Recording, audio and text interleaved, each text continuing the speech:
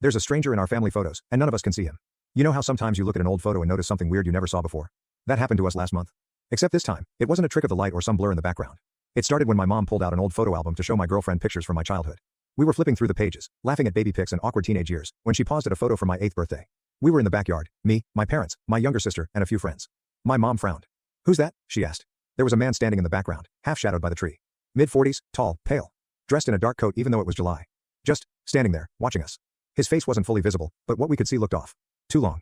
Lips thin and colorless. Like his skin had been stretched over his skull. I laughed it off. "Probably someone's dad," I said. "Maybe a neighbor?" My mom shook her head. "No, I don't remember anyone like that. And I always remember faces." My girlfriend zoomed in on the photo with her phone. The man's eyes were looking directly at the camera. That night, I couldn't sleep. Something about the photo, it stayed in my head.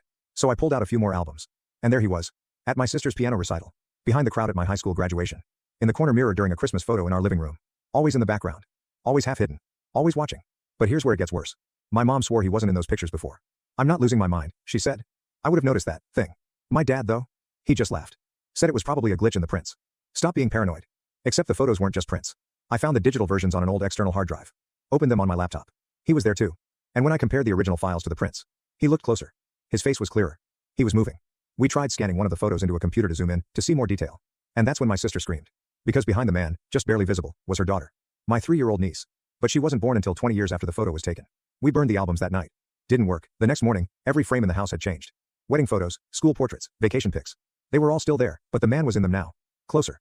In some, he was even touching us. That was 2 weeks ago. We've stopped taking photos. Covered every mirror. Disconnected all devices with cameras. But this morning, my girlfriend found a Polaroid on our front porch. We didn't take it. It's a picture of us sleeping. In our bed. From the foot of the bed. And just behind me, barely visible in the shadows, is a pale hand resting on my shoulder.